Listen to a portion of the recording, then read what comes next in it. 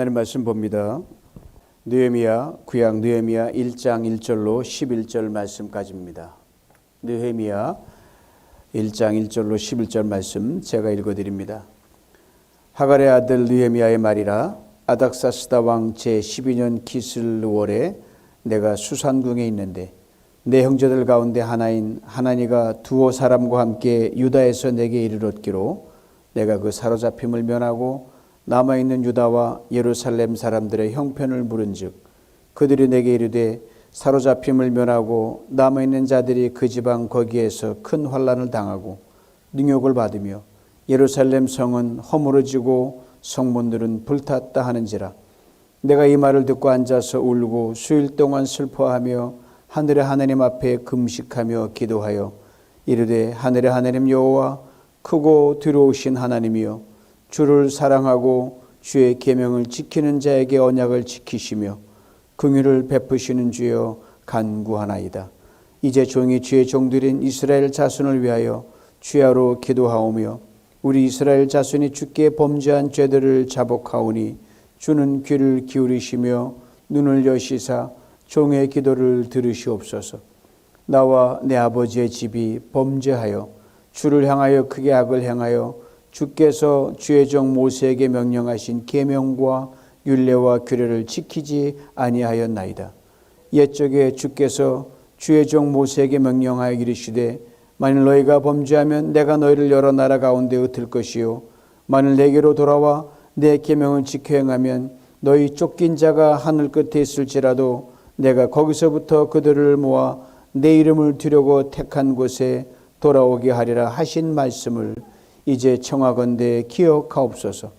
이들은 주께서 일찍이 큰 권능과 강한 손으로 구속하신 주의 종들이요 주의 백성이니이다.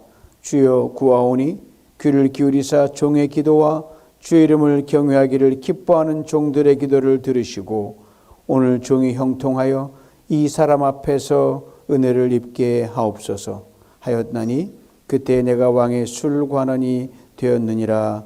아멘. 한 주간 평안하셨습니까? 예, 저도 평안했습니다.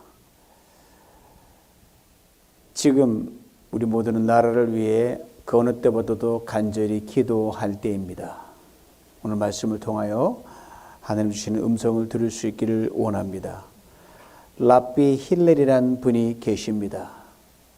이미 고인이 되지 오래되신 분이기 때문에 아신 대로 이스라엘이 남북으로 갈라지고 남유다마저 멸망하여 그 모든 사람들이 바빌론으로 포로로 잡혀가서 70년 고생하던 시절, 그때 그 시절에 태어나서 유대인들의 정신적 지주와 종교적 리더였던 그 사람이 랍비 힐렐입니다. 그가 남긴 위대한 유산 중에 하나가 뭐냐면요, 바빌로니안 탈무드예요. 바빌로니안 탈무드라는 귀한 책입니다. 유대 전승에 따르면 신이 모세에게 기록된 율법과 구전으로 전할 율법을 내려 주었다고 하고요. 바로 이 구전된 율법을 기록된 율법과 같은 무게를 두고 귀히 여기는 것이 바로 뭐냐면 구전인 탈무드를 그렇게 귀하게 여깁니다. 수천 년 동안 전해 내려와서 유대인들에게는 이거는 뭐 금보다 귀하고 목숨처럼 귀하게 여기는 것들입니다. 하여튼 이 삶 전체에 관한 모든 디테일한 가르침도 그 안에 담겨 있어요. 이것을 랍비 힐렐이 바빌론 포로 시절에 집대성에서 정리해 놨기 때문에 바빌로니안 탈무드라 그렇게 부릅니다. 바로 이 바빌로니안 탈무드에 이 랍비 힐렐의 다음과 같은 글이 적혀 있습니다. 내가 나를 위해 살지 않는다면 과연 누가 나를 위해 대신 살아줄 것인가? 내가 과연 또 나 자신만을 위해 산다면 과연 나의 존재 의미는 무엇이란 말인가? 이 길이 아니면 어쩌란 말인가? 지금이 아니면 언제란 말인가? 바로 간절한 기도죠. 이걸 담아서 적어놨어요. 바로 이 랍비 힐렐과 동시대를 살면서 그 영향을 많이 받았던 인물이 바로 오늘 본문을 기록한 느헤미야입니다. 이 둘의 공통점은 포로 시기에 태어났다는 것이고요. 민족의 고난과 나라의 슬픔을 실시간으로 겪었다는 것이 바로 공통점입니다. 그렇게 느헤미야는 랍비 힐렐의 글에서 나라와 민족을 향한 애국심을 강하게 느끼며 포로기를 보냈음에 틀림없습니다. 여기 앉아 계신 우리 나이 많이 드신 분들은 이게 무슨 소리인지 다 아실 거예요. 일제를 겪고 숱한 전쟁을 겪었기 때문에 랍비 힐렐이 던지는 물음이 곧 나라와 민족을 향해 뭘 할 수 있을까라는 나라를 위한 애국의 질문이었기 때문입니다. 물론 랍비 힐렐의 물음은 당시 포로 시대를 살았던 유대인들 모두에게 민족의 독립과 자유를 향한 뜨거운 열망을 불러일으키기에 충분했습니다. 특별히 오늘 본문의 느헤미야의 경우는 더욱 그랬어요.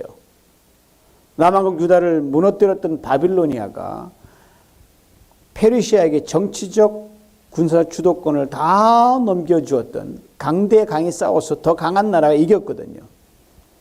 포로 2세예요. 포로 2세. 그리고 출신에 관계없이 우선인재를 폭넓게 등용했던 당시 페르시아 제국의 정책에 힘입어서 느헤미야는 왕을 보필하라고 하는 관리로 이방 제국의 왕궁에서 이런 특전을 누리게 됐습니다. 그때 느헤미야가 젊은 청장년 거기에 과도기에 있는 젊은이였어요. 그리고 페르시아의 유화적인 식민 정책이 활발하게 펼쳐지는 그 즈음에 하느님의 강권적인 개입으로 아닥사스 왕 이전 페르시아 제국을 열었던 이 고레스 왕의 칙령으로 유대인 포로를 다 고향으로 돌아가라는 포로 귀환 명령을 내립니다. 이어서 느헤미야가 섬기던 아닥사스 왕에 의해서 유대인 포로들이 2차로 돌아가게 되는데 느헤미야는 페르시아 관리로 있었기 때문에 고향에 돌아갈 수 없는 형편에 있었습니다. 이에 대해 오늘 본문 1절 이렇게 설명합니다. 페르시아 아닥사스 왕 제20년 9월에 나는 수산궁에 있었다. 고향에 돌아갈 형편은 못됐지만 나라를 사랑하는 마음이 남달랐던 느헤미야는 이방 나라 왕국에 머물면서 늘 마음은 고향에만 가 있었어요. 어떻게 잘 지내나. 랍비 힐렐의 말이 그를 더욱더 그 마음에 사무쳤습니다. 내가 나를 위해 살지 않는다면 과연 누가 나를 위해 살아줄 것인가? 내가 또한 나 자신만을 위해 산다면 과연 나의 존재 의미는 무엇이란 말인가? 이 길이 아니면 어쩌란 말인가? 지금이 아니면 언제인가? 특별히 랍비 힐렐의 마지막 그 말은 더더욱 무거운 짐으로 느헤미야를 눌렀습니다. 이 길이 아니면 어쩌란 말인가? If not this way, how? 지금이 아니면 언제란 말인가? If not now, when? 고향으로 돌아가는 사람들 행렬을 지켜보면서 저들을 따라 이렇게 가지 않으면 어떻게 고향으로 갈 수 있을까? 지금 가지 않으면 언제 고향 돌아갈 수 있을까? 그의 마음을 거기에 담았습니다. 그러던 2차 포로 귀환 때 유다로 돌아갔던 친동생 하나니가 기별도 없이 숱한 어려움을 무릅쓰고 페르시아로 돌아옵니다. 그리고 예루살렘 형편이 어떠느냐 물어보자 하나니가 이렇게 대답을 합니다. 형님 말도 마세요. 고향으로 돌아간 포로들과 여지껏 그곳에 남아서 힘겹게 버티고 있던 사람들 지금 엄청나게 고생하고 있습니다. 멸시와 따돌림 그리고 업신여김이 보통 심한 것이 아닙니다. 그리고 예루살렘 성벽은 무너졌고요. 성문들은 다 불에 타 폐허가 됐습니다. 70년 시간이 흐른 뒤에 돌아갔기에 그럼 남은 터가 뭐가 있었겠습니까? 또 그들과 한표가 됐던 유대인 그 동족들이 볼 땐 소수에 불과했거든요. 이미 기득권, 굴러 들어온 돌, 박힌 돌 못 빼돌아가 철저하게 저항선을 설치고 있었거든요. 비록 내 땅 내 고향이지만 빼앗긴 지 한참 됐기 때문에 엄두가 나지 않는 거예요. 다만 더 이상 포로가 아니라는 사실 위로를 받고요. 이제 그래도 힘든 가운데도 다시 성전을 지을 수 있다는 그 안도는 그들에게 있었습니다. 그런데 심한 방해로 그것이 마저 멈춰버립니다. 설상가상으로 저들의 길을 꺾고요. 성전 건축을 못하도록 못된 분들이 시시각각으로 와서 지으면 부수고 지으면 불태워버리고 하다 보통 괴롭히는 게 아니었어요. 이 엄청난 소식을 듣고 느헤미야가 가지도 못하는 처지에, 함께 아픔 나누는 처지에 넋을 잃고 눈물로 시간을 보내고 있었습니다. 그는 그의 며칠을 보내며 식음을 전폐하는 가운데 이 힐렐의 마지막 말을 다시 한번 가슴에 새깁니다. 지금이 아니면 언제란 말인가. 저는 이 말이 고향으로 떠나는 사람들을 보면서 미래를 기약했던 느헤미야에게 아쉬움이 남았던 그 말이었어요. 그러나 동생 하나님과 전해지는 고향의 그 실상을 보고 아주 긴박감을 느헤미야에게 심어줬어요. 지금 당장이라도 무엇을 하지 않으면 언제 하겠느냐, 이 압박감이 다가왔고요. 그리고 그는 즉시로 기도에 들어갔습니다. 지금이 아니면 언제 기도하겠는가, 이런 절박한 심정으로 말입니다. 느헤미야의 절박한 기도, 이제 그 시작을 한번 봅니다. 5절이에요. 하늘의 하나님 여호와, 그거 들어오신 하나님이요, 주를 사랑하고 주의 계명을 지키는 자에게 언약을 지키시며 긍휼을 베푸시는 주여. 우리말에 첫 단추를 잘 끼워야 된다는 말이 있잖아요. 제가 단추를 잘못 끼면 다시 끼워야 된단 말이에요. 시작이 중요하다는 말입니다. 기도도 마찬가지입니다. 기도하는 사람의 마음만큼 기도의 시작을 어떻게 여는가가 굉장히 중요합니다. 기도의 일성이 굉장히 중요한 거예요. 기도는 하나님께 올려드리는 겁니다. 그러므로 지금 내 기도를 들으시는 하나님이 어떤 분임을 기도 시작할 때 분명하게 선포해야 되는 거예요. 매 예배 때마다 경배 찬양 우리 큰 불렀거든요. 하나님을 찬양하는 거예요. 거기서부터 이미 사단의 진을 갖다 파괴하고 선점하는 거예요. 기도하는 사람마다 시작이 다 똑같을 수는 없지만 느헤미야식으로 기도의 시작을 열면 시작부터 위로가 됩니다. 힘이 됩니다. 자신감이 넘쳐납니다. 하나님 부르고 가만히 있어도 모든 게 다 정리되는 것 같아요. 느헤미야는 자신의 기도에서 하나님을 아주 심플하게 두 가지로 인정하고 들어갑니다. 먼저는 약속을 지키신 하나님입니다. 다음은 긍휼을 베푸시는 하나님입니다. 물론 앞서 하늘의 하나님, 그거 들어오신 하나님이란 말을 붙였어요. 그러나 이 모든 설명들은 이어지는 두 가지 하나님으로 수렴됩니다. 약속을 지키시는 하나님, 긍휼을 베푸시는 하나님. 맞아요. 우리 하나님은요, 결코 변덕 부리지 않으십니다. 한번 내뱉은 말씀은 반드시 성취하십니다. 우리 하나님은요, 우리를 참으로 긍휼히 여기십니다. 불쌍히 여기시고 예쁘게 봐주십니다. 하나님께서 우리의 삶의 시시비비를 가리신다면 누가 그 앞에 나갈 수 있겠습니까? 그러기에 우리는 최우선적으로 하나님의 긍휼을 구해야 합니다. 그리고 그 긍휼을 베푸심이 하나님의 가장 큰 약속입니다. 그러기에 자기 백성과 민족이 참으로 공경에 처했을 때 느헤미야는 지금 아니면 언제 기도하겠는가는 절박한 간절한 심정으로 하나님을 이렇게 인정하고 부르짖고 있는 겁니다. 약속을 지키신 하나님, 긍휼을 베푸신 하나님, 그리고 참으로 놀라운 고백을 그의 기도에 담습니다. 나와 내 집안도 죄를 지었습니다. 사람이 어떤 큰일을 당하게 되면 그게 대체로 두 가지로 반응이 나옵니다. 특별히 일이 잘못을 때는 더욱 그게 두드러진다고 합니다. 먼저는 내 탓이요 하는 사람이 나타나요. It's my fault. Mea culpa. 다음은 당신 탓이요 라고 It's your fault. 그리고 그 사이에 낀 반응이 또 하나 있어요. 어정쩡한 반응이 있어요. 아무 말 없이 태연하게 눈치만 보는 이 사태 관망형이 있습니다. 여러분 대체로 어느 유형이 들어가십니까? 느헤미야는 my fault 형이었어요. 포로 2세입니다. 70년 바빌론 포로 생활, 그리고 고향 예루살렘에서 벌어진 일들, 느헤미야의 잘못 때문에 발생한 것이 아닙니다. 그럼에도 느헤미야는 내 탓입니다. 내가 죄를 지었습니다. 이렇게 고백하면서 겸손히 하나님께 나아갔습니다. 왜요? 자신이 유대민족이라는 사실 하나만으로 민족의 허물과 죄가 내 것이다. 민족의 아픔과 슬픔, 고난, 이것이 내 것임을 깨닫고 인정했기 때문입니다. 놀라운 고백이죠. 이어지는 그의 기도를 들어보셔요. 9절 말씀입니다. 우리가 주님께로 돌아와서 주님의 계명을 지키고 실천하며 쫓겨난 우리가 하늘 끝에 가 있을지라도 주님께서 거기에서 우리를 한데 모아서 주님의 이름을 두려고 택한 곳으로 돌아가겠다고 하신 그 말씀을 이제 기억하여 주옵소서. 쫓겨난 우리가 하늘 끝에 가서 거할지라도 우리를 모으시는 하나님이라고 했습니다. 저 이 말씀 참 좋아요. 느헤미야보다 훨씬 오래전에 살았던 모세에게 하신 말씀이거든요.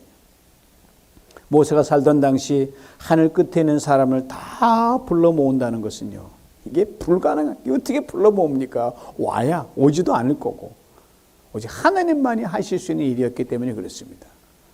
그리고 이 말씀은 느헤미야 때나 그 후 오고 가는 모든 세대의 사람들이 불가능한 일을 행하신 하나님을 나타낼 때 고백했던 말입니다. 이 하나님이면 다 불러 모으실 것이다. 이 하나님이면 집 나간 나를 돌아오게 하실 것이다. 이 하나님이면 안 믿는 자들도 돌아오게 하실 것이다. 그 똑같은 거예요. 그래서 우리 하나님은요, 민족을 모으시기도 하고 흩으시기도 합니다. 나라를 세우시기도 하시고 허물기도 하십니다. 왕을 세우기도 하고 폐하기도 하십니다. 부한 나라를 가난하게도 하시고 가난한 나라를 부하게도 하십니다. 깨어진 민족을 다시 하나가 되게 하시고 하나된 민족을 다시 나누기도 하십니다. 이 하나님께 느헤미야가 지금 기도를 드리고 있는 겁니다. 지금이 아니면 언제 이 기도를 드릴 수 있는가? 이런 간절함을 담았습니다. 느헤미야가 자신의 기도를 계속 이어갑니다. 10절을 봅니다. 우리는 일찍이 주께서 큰 권능과 강한 손으로 구원하신 주의 백성들입니다. 하나님께 대해 이스라엘 백성들이 어떤 존재였습니까? 속 보통적인 존재들이 아니었거든요. 하지 말라는 일은 스스로 찾아가며 했던 장본인들이 그들이었고요. 이들이 역사를 돌아보면 입이 10개라도 할 말이 없는 그런 백성들이에요. 그러나 느헤미야는 이렇게 간절히 기도합니다. 하나님, 세상의 수많은 민족 중에 우리를 먼저 선택하셨잖아요. 팩트를 가지고 느헤미야가 그러는 거예요. 참으로 작은 민족이었던 우리들을 그거 엄청난 구원을 행하셨잖아요. 참 못되고 우둔하고 고집스러울 정도로 바보스러운 우리들이지만 하나님, 우리는 당신의 백성들 맞잖아요. 마치 야단치는 엄마로부터 도망가장을 자꾸만 울면서 엄마 치마폭으로 그냥 들려오는 그 어린아이, 엄마가 죽이겠습니까? 내치겠습니까? 그냥 치마폭에 잡아서 결국은 지잖아요. 하나님도 분명 그러하시다는 이 느헤미야가 정확하게 알고 하나님의 감정선을 건드린 겁니다. 그렇습니다. 우리 하나님은요, 하나님 우리 주의 백성입니다. 나 하나님의 아들이에요. 나 하나님의 딸이에요. 부르짖는 기도에 꼼짝 못하십니다. 정에 참으로 약하시거든요. 그러게 저는 이 대목을 대할 때마다 얼마나 가슴이 뭉클하고 마음에 와 닿는지 모릅니다. 이제 느헤미야가 그의 기도를 이렇게 끝맺고 있습니다. 귀로 잘 들어보세요. 이제 주께서 이 종을 도우셔서 황제의 은혜를 입게 하옵소서. 당시 유대인들은 참으로 보잘것 없었고 힘없고 포로된 백성에게 전적으로 타율에 끌려갈 수밖에 없는 사람이면 지가 뭔데 황제를 만나요? 불가능한 일이에요. 그렇게 당시 페르시아 왕의 마음으로 움직이는 것, 이것이 결정적인 변수인데 자기는 그런 자격이 없고 그런 쳐다보지 않지만 하나님께 간절히 기도한 거예요. 하나님, 페르시아 왕 아닥사스의 왕을 움직여 주시옵소서. 제가 이 황제의 은혜를 입게 하여 주시옵소서. 느헤미야의 기도에 예쓰면 나라가 사는 겁니다.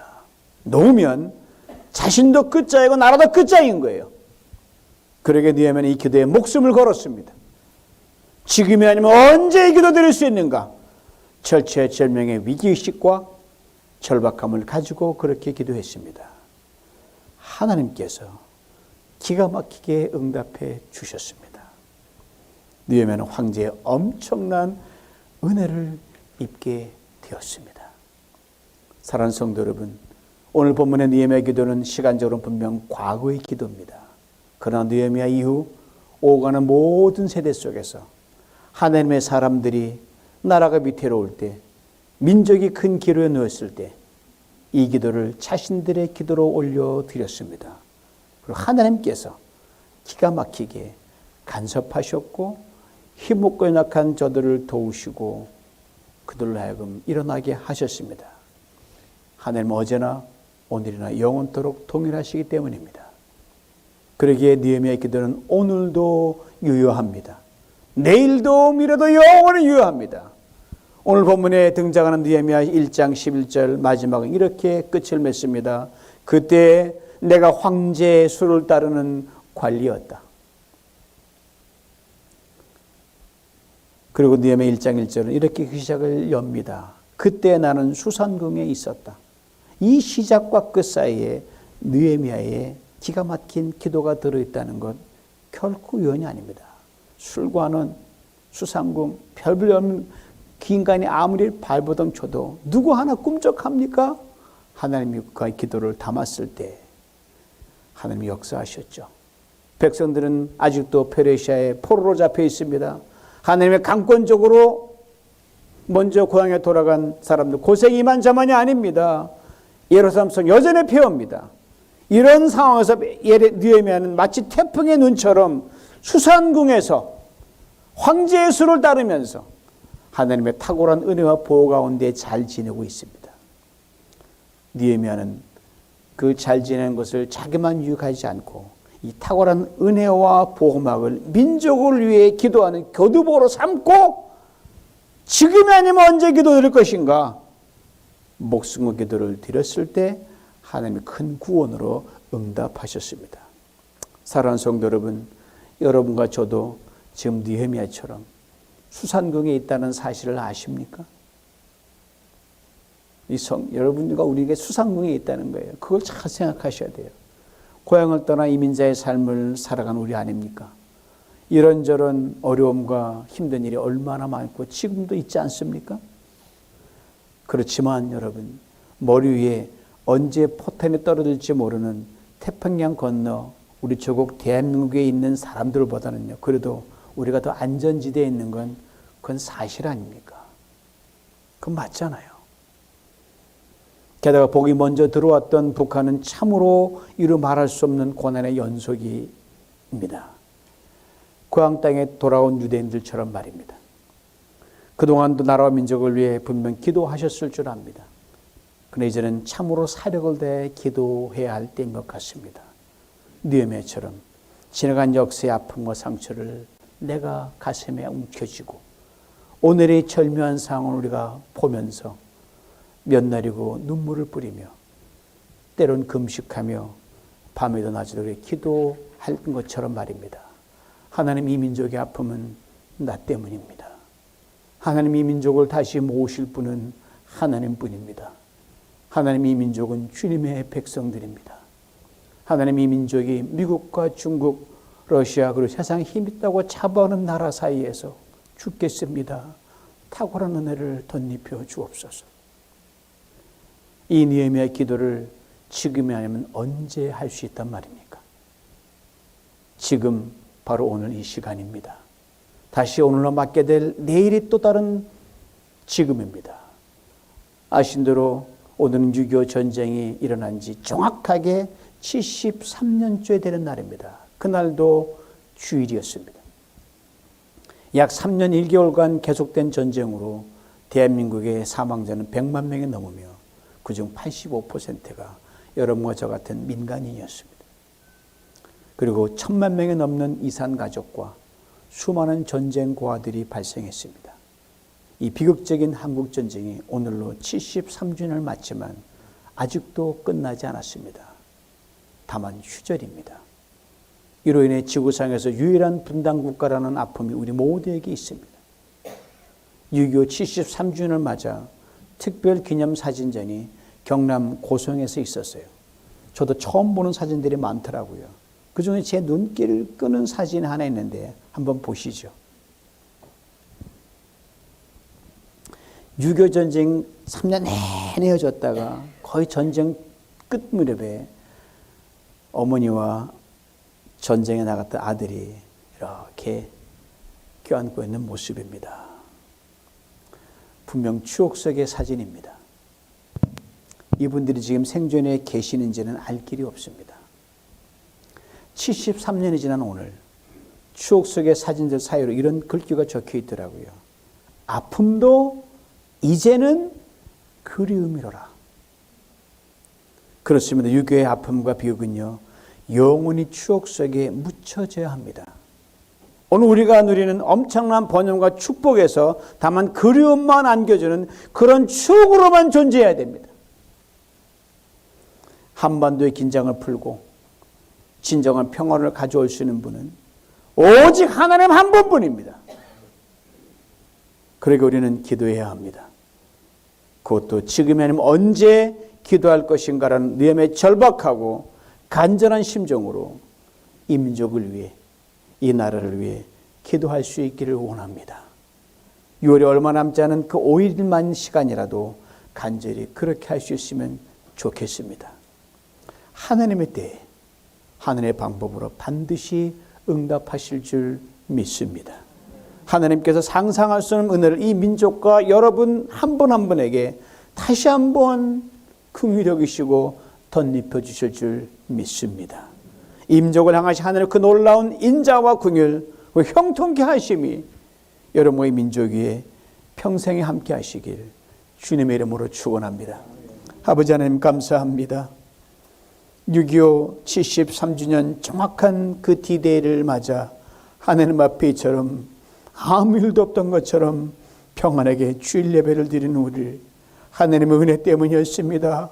긍휼 때문이었습니다. 아버지 하나님, 이제 전쟁이 있어서는 되지 않습니다.